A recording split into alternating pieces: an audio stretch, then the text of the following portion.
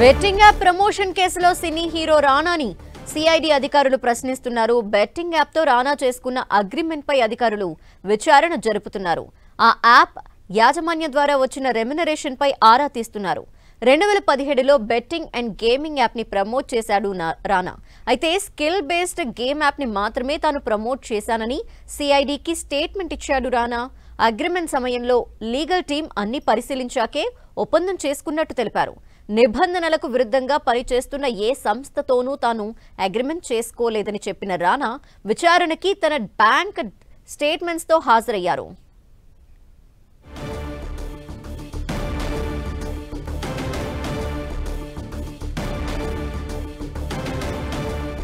Betting app promotion కేసులో cine hero రానాని CID అధికారులు ప్రస్తుతం ప్రశ్నిస్తున్నారు. బెట్టింగ్ యాప్ తో రానా చేసుకున్న అగ్రిమెంట్ పై అధికారులు విచారణ జరుపుతున్నట్టు తెలుస్తోంది. ఆ యాప్ యాజమాన్యం ద్వారా రానాకు వచ్చిన రెమ్యునరేషన్ కి సంబంధించి ఆరా తీస్తున్నారు.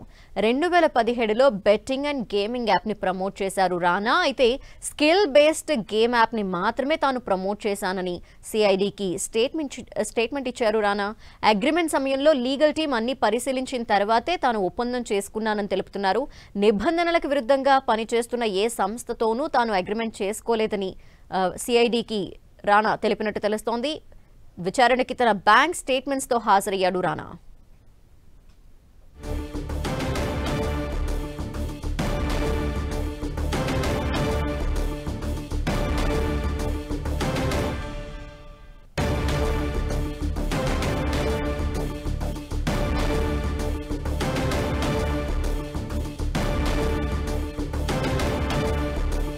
బెట్టింగ్ యాప్ ప్రమోషన్స్ కి సంబంధించి సిఐడి విచారణకు రానా హాజరయ్యాడు. ప్రస్తుతం తన బ్యాంక్ స్టేట్మెంట్స్ ఏవైతే ఉంటాయో అవి కూడా తీసుకొని సిఐడి అధికారుల ముందు విచారణకి హాజరయ్యాడు. అయితే స్కిల్ బేస్డ్ యాప్స్ మాత్రమే తాను ప్రమోట్ చేశాను, అందుకు సంబంధించిన గేమింగ్ యాప్ మాత్రమే ప్రమోట్ చేశాను, ఎటువంటి ఇల్లీగల్ వాటిని నేను ప్రమోట్ చేయలేదని కూడా సిఐడికి స్టేట్మెంట్ ఇచ్చారు అని తెలుస్తోంది. దీనికి సంబంధించి మరిన్ని వివరాలు మా ప్రతినిధి కిరణ్ అందిస్తారు. కిరణ్,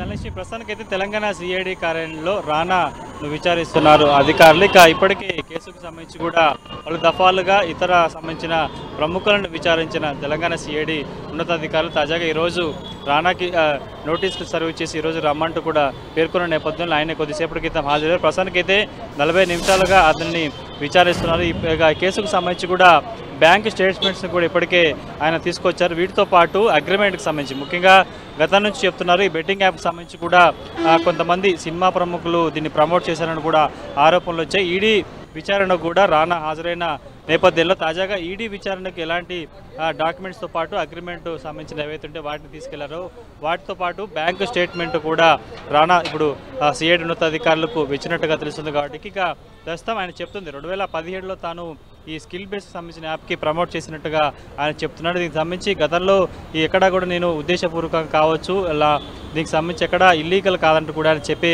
ప్రయత్నం చేస్తున్నాడు. దీనికి కావచ్చు దీనికి సంబంధించి ప్రస్తుతానికైతే ఎలాంటి వివరాలను సిఐడి ఉన్నతాధికారులకు రానా అందజేశాడన్నది కూడా కొంత మనకైతే సమాచారం చెప్పాల్సి ఉంటుంది. ఎందుకంటే గతంలో ఇద్దరు సినిమా ప్రముఖులు వచ్చినప్పుడు బ్యాంక్ స్టేట్మెంట్తో పాటు యాప్కి సంబంధించిన అగ్రిమెంట్ వివరాలు కూడా తీసుకురావాలంటూ కూడా నోటీసులో ఉన్నతాధికారులు పొందుపరిచినప్పుడు ఆ వివరాలతో కూడా ఇక్కడికి వచ్చి ఆ అధికారులకు ఆ వివరాలను అందజేశారు. కాబట్టి ప్రస్తుతానికైతే అందుకు సంబంధించిన వివరాలు అందించడం తెలుస్తుంది. కాబట్టి రానా కూడా బ్యాంక్ స్టేట్మెంట్తో పాటు తాను చెప్తున్న స్కిల్ బేస్ యాప్కి సంబంధించి మాత్రమే తాను ప్రమోట్ చేశారంటూ కూడా ఆయన చెప్పారు. కాబట్టి అందుకు సంబంధించిన వివరాలను ఆయన అందించినట్టుగా తెలుస్తుంది. కాబట్టి ఇప్పటికీ 21 మంది సంబంధించిన ఈ కేసులో హైదరాబాద్, సైబరాబాద్ కమిషనరేట్ పరిధిలోని వివిధ పోలీస్ స్టేషన్లో నమోదైన కేసుల ఆధారంగా సిఐడి విచారణ చేపడుతుంది. కాబట్టి గత కొద్ది రోజుల క్రితం ప్రకాష్ రాజు కూడా విచారణకు హాజరయ్యారు. ఈ యాప్కి సంబంధించి 2016లో తాను ప్రమోట్ చేశారు. 17 తర్వాత ఇది బ్యాన్ అయినట్టుగా చెప్పే ప్రయత్నం కూడా ఆయన చేశారు. కాబట్టి రానా వద్ద నుంచి ఎలాంటి సమాచారాన్ని సేకరిస్తున్నారు ఏంటన్నది కూడా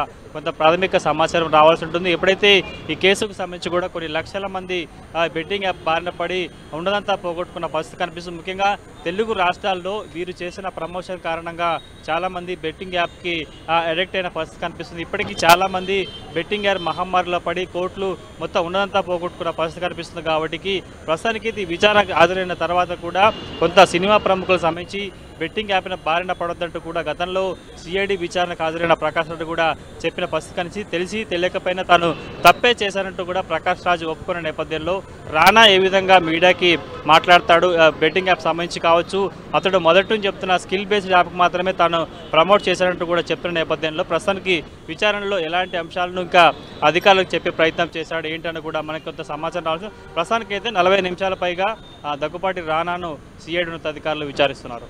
ఓకే, థ్యాంక్ యూ కిరణ్.